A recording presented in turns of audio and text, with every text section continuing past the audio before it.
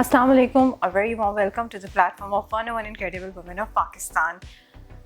इस शो पर मैंने बहुत से लोगों को इंटरव्यू किया है और बहुत से लोगों की अचीवमेंट्स को हमने डिस्कस किया है, लेकिन मेरी आज की गेस्ट जो हैं डॉक्टर मासूमा, जब मैंने उनसे बात की ऑफ द कैमरा और मैंने उनसे पूछा कि आप क्या करती हैं, तो उन्होंने एक इंतहाई पुरएतमाद और एक खूबसूरत लहजे में मुझे बताया कि मैं तबीबा हूँ। और ये लफ्ज़ सुन के मेरे कानों को इतना अच्छा लगा कि मैंने उनसे कहा कि चलें फिर कैमरे पे ही बात करते हैं कि आप क्या और कैसे और किस तरह लोगों का इलाज करती हैं। क्योंकि जब मैं सुबह उनसे मिली, मैंने लुक्ड एट हर, उनकी एक इतनी सूदिंग किस्म की पर्सनैलिटी थी और I felt so much positive vibes coming out of her, of her personality, that I can't help talking to her at length. लेकिन उन्होंने जब अपनी इतनी खूबसूरत बातों का इजहार करना शुरू किया तो मुझे ऐसे लगा कि हमें फ़ौरन से कैमरे के सामने जाना चाहिए ताकि आप सब लोग भी ये सुन सकें। चलें, अब मैं आपको और ज़्यादा इंतज़ार नहीं करवाती, let's go and meet her. अस्सलाम वालेकुम। वालेकुम अस्सलाम। कैसी हैं आप? अल्लाह का शुक्र, बिल्कुल ठीक। आपसे मिलकर मुझे बहुत एक डिफरेंट सा एक्सपीरियंस हुआ है, क्योंकि आपको देख के आपकी constant smile you are carrying on your face since we have met, मुझे बहुत अच्छा लगा। My pleasure. आपने अपना इंट्रोडक्शन कराया कि आप एक तबीबा हैं, लेकिन सीरियसली ऑनेस्टली आपकी पर्सनालिटी का एक ऑरा ऐसा है जिस तरह से आप स्माइल करती हैं, बड़ी कंपोज्ड हैं, बहुत धीमे लहजे में बात करती हैं। इट सीम्स कि आप वाकई आप इलाज जब करती होंगी तो क्या उसके रिजल्ट्स होते हैं? Wondering asking. लोग कहते हैं कि मैजिक होता है, लेकिन मैं ये सिर्फ अल्लाह का फजल है, नथिंग एल्स। ये फील्ड, मेरी फील्ड जो है ना, बहुत मैजिकल फील्ड है। We deal with the aura, chi, energy, रूह, वाइटल फोर्स। जब आप उससे बात करते हैं तो फिर हम डॉक्टर्स नहीं कहलाते। इसके ऊपर कोई रिसर्च नहीं है, but honestly when I was giving your introduction and when I was talking to you, I felt it all my self and I experienced it. Thank you so much. होता ये कि हमारी फील्ड में body को हम दो तरह से देखते हैं। One is your physical body, जिसको हम पे एविडेंस बेस्ड बात करते हैं। कागज़ पे आ गया तो बीमार है, कागज़ पे नहीं आया तो फिर साइकाइट्रिक इशू है। ये है हमारी कन्वेंशनल स्टाइल ऑफ प्रैक्टिस। लेकिन मेरी फील्ड में बॉडी दो तरह से, और दूसरी बॉडी इस फिजिकल बॉडी से ज़्यादा इम्पॉर्टेंट है, and that is your energy, your ची, योर रूह, वाइटल फोर्स। और हमें इसीलिए हीलर या तबीब कहा जाता है, डॉक्टर्स नहीं कहा जाता। सो हम डील करते हैं आपकी एनर्जी के साथ। So balancing the energy is the main theme behind holistic science. और मैंने, जैसे आप पूछ रहे थे, तो होलिस्टिक साइंस की कोशिश की कि ऑलमोस्ट चारों पांचों फील्ड्स में किया हुआ है, पढ़ा हुआ है, जिसके अंदर आई did my, after my FSc I did my homeopathy, और वो बाय फोर्स था। I can relate to it. There was a time when the girl was born कि जैसी बेटी देखते थे ये डॉक्टर बनेगी, और बेटा होता था तो इंजीनियर, और बस उसके अलावा कोई और। अच्छा, I was into arts हमेशा से। My drawing was good, my singing was good. I just wanted to be something else. But मेरे फादर ने कहा कि नहीं, तुम यही करोगी, because my दादा was a lifetime president of homeopathic medical council, doctor Taqi Hasan. तो वो बहुत एक नाम था उनका, and my father wanted कि I should be, हाँ, बस मैं उसमें आई। और वो बाय फोर्स वाली बात थी ना, तो फिर मैंने ऑप्शंस देखती कि अगर आप ये मुझे कराएंगे तो I want to be an acupuncturist. Right.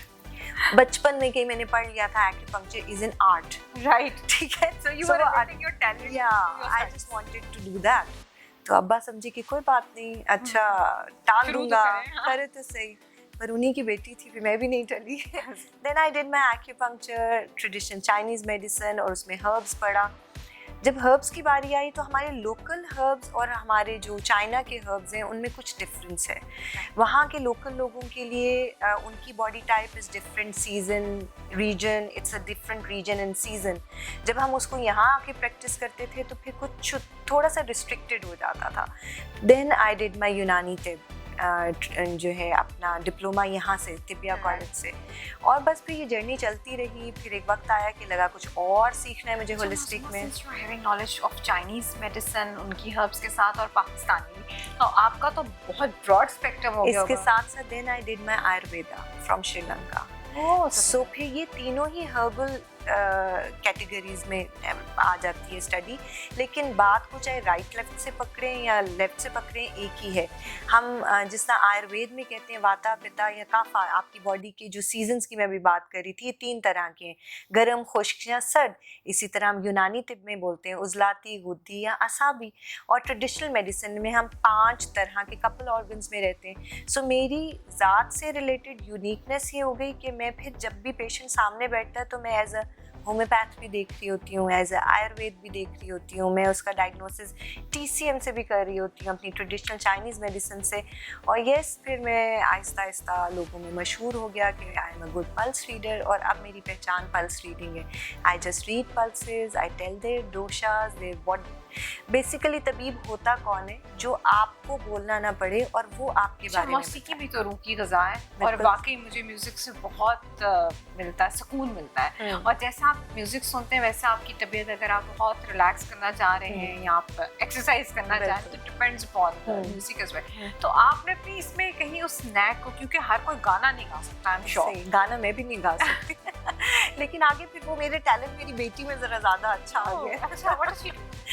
She's doing same my field, doing DUMS and Doctor of Psychology, और वो भी इसी pathway पे है, and she'll be joining soon in my clinic definitely, inshallah. So you are a very obedient daughter. As a daughter, you have played your very important role. आपके अब्बा को बहुत फख्र होता होगा कि देखिए मेरी बेटी has done. एक ज़माना था कि हमने जैसे नए होते हो और आप टीन एज में होते हो तो आप बहुत ज़्यादा बोलने लग जाते हो। बोलते तो नहीं हो, लेकिन हमारी जुर्रत नहीं थी उस ज़माने में। अगर आप अब्बू जी नहीं बोलते थे तो it was a big difference. हाँ, तो 2-1 दिन, 2-1 हफ्ते, 2-1 महीने मैंने चुप की एक जिप लगा ली कि आपने मुझे क्या कराया। तो एक दिन उन्होंने मुझे बिठा के कहा कि एक वक्त आएगा तुम मुझे याद करोगी। एंड लिटरली मदीहा, आज मैं शायद रोज़ उनको याद करती हूँ। जितने लोग होप के साथ और जितनी दुआएं देते हैं, और आके जब वो बोलते हैं कि हम ठीक हो गए, तो मेरे लिए, मेरे अब्बा के लिए दुआएं निकलती हैं कि शायद मुझे यहीं पे ही होना था। और पेरेंट्स को पता होता है, मैं न्यू जनरेशन को भी ये हाँ, मैं ये कहना चाहती हूँ कि हमें लग रहा होता है कि हमारे पेरेंट्स जो है ना हमारी जनरेशन के नहीं है, बट डेफिनेटली उनके पास एक्सपीरियंस ज़्यादा है, और क्योंकि हम उनके गोश्त पोत से बने हुए हैं तो उन्हें पता है कि हमें कहाँ पहुँचाना है। तो थोड़ा सा मेरे ख्याल से पेरेंट्स के आगे जो है ना सर खम कर ही लेना चाहिए तो बेहतर है। ज़बरदस्त मासूमा, ना सिर्फ आपसे ये पता चला कि पॉजिटिव एनर्जीज़ और कैसे हम डिफरेंट हर्ब्स से इंसान का इलाज कर सकते हैं, बल्कि एक बहुत खूबसूरत मैसेज आपने दिया कि जो पेरेंट्स हैं, ज़ाहिर है उन्हीं का हिस्सा है, तो उन्हें ज़्यादा पता है कि हमें कहाँ फिक्स करना है और हम कहाँ बेहतर परफॉर्म कर सकते हैं। अच्छा मासूमा, अब आपने काम शुरू कर दिया, everything was going in a right direction, और आपने आगे से आगे इस चीज़ को एक्सप्लोर भी करना शुरू कर दिया। अब जब अब्बा ने देखा कि ये तो बहुत ही ज़्यादा मतलब इसमें अच्छा, मज़े की बात ये कि इसके बीच में जैसे ही आई डिड माई एक्यूपंक्चर के, क्योंकि DUM अपने हेम्योपैथिक के बाद इट वाज अ 6 months का कोर्स, बिकॉज आप एनाटॉमी फिजियोलॉजी पढ़ी हुई होती है तो आप इस फील्ड में आ जाते हैं। देन 6 months का एक्स्ट्रा करना होता है, तो मेरी शादी हो गई। अब उसके बाद जो है ना सारी जर्नी मैंने अपने बच्चों के साथ, बच्चे सो गए तो सारी रात जाग रहे हैं, मुझे शौक था पढ़ने का। ये बहुत मुश्किल है, because my sister is studying along with her little child, and I can see कि कितनी अल्लाह हैज़ बीन सो काइंड। मुझे कभी मुश्किल लगा नहीं, शायद मेरा वो कोई क्लॉक ही ऐसी फिक्स है ना कि मुझे टाइम रात का ज़रा ज़्यादा मिल जाता है। And you are very ambitious. I love my work, I love my work. मुझे लगता है कि ये अगर ना होता तो शायद मुझे अल्लाह की पहचान ना होती, ऐसे जैसे शायद अब थोड़ी सी है, मैं इतना करीब ना होती इसके। मुझे तो ऐसा लगता है आप ज़्यादा स्पिरिचुअल ट्रीटमेंट की तरफ भी हैं। whenever somebody comes to you, you look at him or her। देखो, तबीब का काम ही क्या है कि वो मेरे हिसाब से और बुक्स के हिसाब से, मरीज़ आपके पास से उठ के जाए तो वो 50% ठीक होना चाहिए। हम जितना ज़्यादा उनकी एनर्जी को, उनकी पॉजिटिविटी को ऊपर लेके जाएंगे, उतना ही इम्पैक्ट हमारी ट्रीटमेंट पे पड़ता है।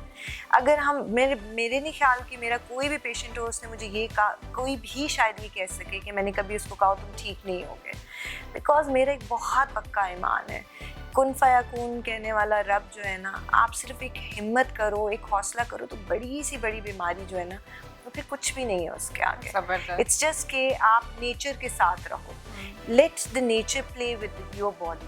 मुझे लगता है आपकी जो नेचर है इतनी ज़्यादा इम्पैक्ट होती है अपने पेशेंट्स के ऊपर कि अगर बंदा एकदम हिम्मत बांध ले तो फिर राहें और एक यकीन बिल्कुल ऐसा ही। और देखो ये हमारी बुक्स, मेरी फील्ड का ये हिस्सा है। मेरी फील्ड ये कहती है कि आप देखो कन्वेंशनल मेडिसिन में क्या है, यू ट्रीट द डिजीज, ठीक है। मेरी फील्ड कहती है treat the deficiency and let the body heal. So वो एक लंबा रास्ता लगता है, एक मुश्किल रास्ता है, आसान नहीं है। इलाज बिल गज़ा है, आपकी डाइटरी रिजीम को चेंज किया जाता है, आपकी लाइफस्टाइल को चेंज किया जाता है, आप अपने रिदम से आउट होते हो, उस रिदम में वापस लेके आया जाता है और बॉडी डेफिनेटली हील करना जानती है। Last but not least, you have got beautiful skin, it's glowing. Are you applying something, I mean, natural मेरे एक्चुअली मेरे अपने प्रोडक्ट्स हैं सारे, plus I am the pioneer of Ayurvedic treatment panchakarma in Pakistan. So मेरा अपना स्पा है, तो वो फिर ऑब्वियसली मेरा अपना खुद ही नहीं ठीक होगा तो दूसरों को You have got beautiful, I mean, skin, it's glowing, it's like I couldn't help myself asking you this. Thank you. No, panchakarma is very beautiful treatment. अभी अवेयरनेस इतनी ज़्यादा उसके बारे में नहीं है, लेकिन ग्लो बार पे मेरा मतलब जो सैलून है ग्लो बार, उसके ऊपर हम देते ही ये स्पा ट्रीटमेंट्स है। और क्योंकि ये मेरी ट्रीटमेंट वैसे भी I am infertility specialist, then I specialised in infertility. इस सारी जर्नी के बाद आपको दोबारा अपने शो पर बुलाऊंगी क्योंकि this is very important topic I want to discuss in depth, because this is, I mean, this is very much, this is getting more common by every passing day. I don't know, hormones हैं जो हमारी diet में शामिल कर दी, artificial ingredients हैं, या इसके ऊपर तो बहुत बहुत ज़रूरी है। आई विल अप्रिशिएट कि आप इस पे बात करो, बिकॉज आजकल इतना ज़्यादा रेट हो गया है इनफर्टिलिटी का कि पहले 8 से 10 साल पहले जब मैंने इसमें स्पेशलाइज किया था हर्बल टेक्निक्स एंड सारा कुछ, तो तब इक्का दुक्का इनफर्टिलिटी केसेस आते थे। आजकल मेरी क्लिनिक में मैं देख रही हूँ डेली बेसिस के ऊपर 6 से 7 कपल्स आ रहे हैं। So it's very common. खाली वो भी नहीं, बच्चियों के अंदर पीसीओएस के मसले हैं, एंडोमेट्रोसिस है, ओवेरियन कैंसर। अवेयरनेस नहीं है बिल्कुल भी, रॉन्ग डायरेक्शंस और वो मजीद चीजें खराब हो जाती हैं। Thank you so much, Masooma, for joining us today. There are so many other things I would love to talk about. Inshallah, we are going to catch you some other time. Inshallah. Thank you. Thank you so much.